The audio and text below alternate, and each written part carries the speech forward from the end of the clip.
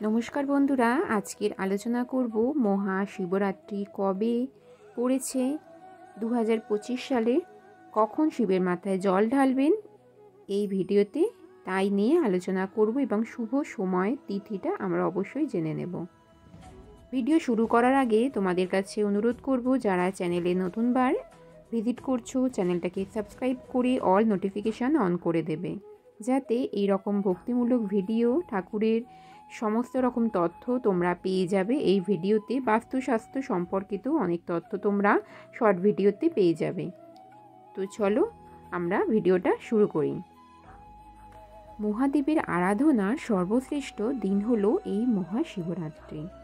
বিশ্বাস করা হয় যে এদিন ভক্তি মনে পূজা করলে নাকি শিব ভক্তদের মনোবাঞ্ছা পূরণ হয়।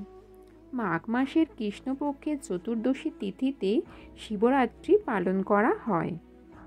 শিব হলেন হিন্দু ধর্মাবলম্বীদের সর্বোচ্চ দেবতা। সনাতন ধর্মের শাস্ত্রসমূহে তিনি পরম সত্তা রূপে ঘোষিত। শিব সৃষ্টি, স্থিতি, প্রলয়রূপ তিন কারণের কারণ। তিনি সমসাময়িক হিন্দু ধর্মের তিনটি সর্বাধিক প্রাচীন সম্প্রদায়ের অন্যতম শৈব সম্প্রদায়ের প্রধান দেবতা। এছাড়া শিব স্মার্ত সম্প্রদায়ে পূজিত ঈশ্বরের পাঁচটি প্রধান রূপের, যেমন গণেশ, শিব, সূর্য, বিষ্ণু ও দুর্গা একটি রূপ। তার বিশেষ রুদ্র রূপ ধ্বংস, সংহার ও প্রলয়ের দেবতা। সর্বোচ্চ স্তরে শিবকে অপরিবর্তনশীল পরম ব্রহ্ম মনে করা হয়। হিন্দু ধর্মে শিব চতুর্দশীর মাহাত্ম্য অনেক। পুণ্যার্থীরা শিবের জন্যে ব্রত পালন করেন। দিনভর চলে নানা ধর্মীয় রীতি পালন। যজ্ঞের মধ্যে যেমন অশ্বমেধ যজ্ঞ, তীর্থের মধ্যে যেমন গঙ্গা, তেমনি পুরাণ অনুযায়ী ব্রতের মধ্যে শ্রেষ্ঠ হল শিব চতুর্দশীর ব্রত। তাই শিবরাত্রির ব্রত পালন করলে ধর্ম, অর্থ, কাম, মোক্ষ এই চতুর্বিধ ফল লাভ হয়। শিবরাত্রি কথাটা দুটি শব্দ থেকে এসেছে, শিব ও রাত্রি, যার অর্থ শিবের জন্য রাত্রি। শিবরাত্রির সঙ্গে প্রচলিত আছে নানা কথা। পুরাণ মতে দেবী পার্বতীর সঙ্গে এদিন দেবাদিদেব মহাদেবের মিলন হয়। আবার শোনা যায় এদিন থেকেই বিশ্ব ব্রহ্মাণ্ড সৃষ্টি করেছিলেন।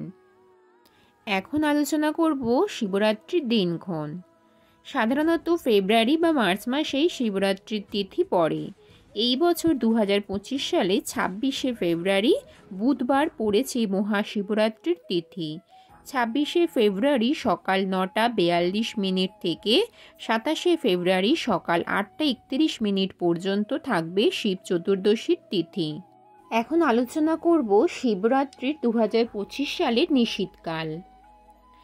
শাস্ত্রমতে মহাশিবরাত্রির পূজার শ্রেষ্ঠ সময় হল নিশীথকাল। এই তিথিতে 4 প্রহরে পুজো হয়। অনেকে কোনো একটি প্রহর বা 4 প্রহরেই পূজা করেন। শাস্ত্রমতে মহাশিবরাত্রি তিথিতে সন্ধ্যাবেলা স্নানের পর শিবের পূজা করা উচিত। বিশ্বাস অনুযায়ী ব্রত পালনের পূর্ণ ফল লাভের জন্য সূর্যোদয় থেকে শুরু করে চতুর্দশী তিথি অস্ত হওয়ার মধ্যেকার সময় পর্যন্ত ব্রত সমাপ্ত করা উচিত। আবার কোনো ধারণা অনুযায়ী চতুর্দশী তিথি সমাপ্ত হওয়ার পর ব্রত ভঙ্গ করা শ্রেয়। শিবরাত্রি ব্রত পালন করার আগের দিন সংযম করতে হয়। এদিন সিদ্ধ চালের ভাত বা আমিষ খেতে নেই। আতপ চালের সিদ্ধ ভাত খাওয়ার নিয়ম এদিন। এছাড়া কেউ চাইলে ময়দার তৈরি খাবারও খেতে পারেন, তবে সন্দক লবণ দিয়েই রান্না করতে হয়। এদিন সাধারণত লবণ একদমই খেতে নেই। ব্রতের দিন উপোস করে নিষ্ঠা করে কিছু নিয়ম মানলে ভক্তের মনোবাঞ্ছা পূরণ করেন দেবাদিদেব মহাদেব। বন্ধুরা, এই ছিল আজকের আলোচনা। আজকের ভিডিওর দ্বারা তোমরা যদি কোনোভাবে উপকৃত হয়ে থাকো, প্লিজ এই ছোট্ট চ্যানেলটাকে সাবস্ক্রাইব করে অবশ্যই পাশে থেকো। আজকের মতো ভিডিওটা এখানেই শেষ করছি। তোমরা সকলে ভালো থেকো, সুস্থ থেকো। দেখা হবে অবশ্যই নেক্সট ভিডিওতে। হরে কৃষ্ণ, রাধে রাধে।